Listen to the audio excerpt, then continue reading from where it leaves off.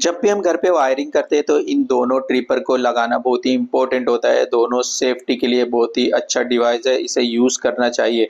तो ये देखिए, सबसे पहले हम बात करते हैं एमसीबी स्विच का, जो कि एमसीबी स्विच इस तरीके से होता है। इसके अंदर में न्यूट्रल फेस 2 कनेक्शन होता है और इस तरीके से हम नीचे और ऊपर इन और आउट देते हैं और इसको मैनुअली इस तरीके से ऑन और ऑफ किया जाता है। और इसका काम है कि शॉर्ट सर्किट होने से ये ट्रिप हो जाएगा और ये जल्दी से बंद कर देगा पावर को। और ये देखिए, आरसीसीबी स्विच का काम ये है कि हमें करंट लगने से बचाता है। इसमें 30 मिली एम्पियर मतलब बहुत कम पावर है।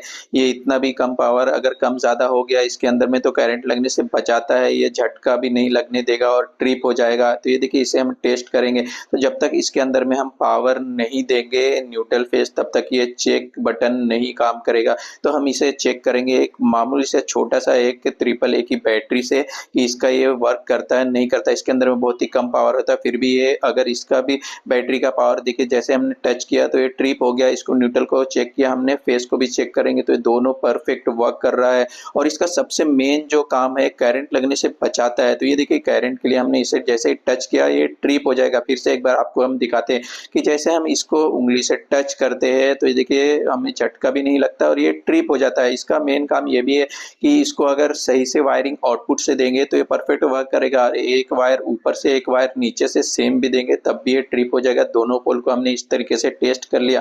तो कभी भी हैवेल्स कंपनी का अगर आरसीसीबी स्विच आप लगाएंगे तो ये परफेक्ट है। कभी भी न्यू जो मीटर से जो पावर आता है, सबसे पहले हम एमसीबी लगाना है, फिर आरसीसीबी, उसके बाद जो सिंगल सिंगल जो हम एक ट्रिपर लगाते हैं इस तरीके से लगाकर और इसे कंप्लीट करना है। वायरिंग के लिए फुल सेफ होता है इस तरीके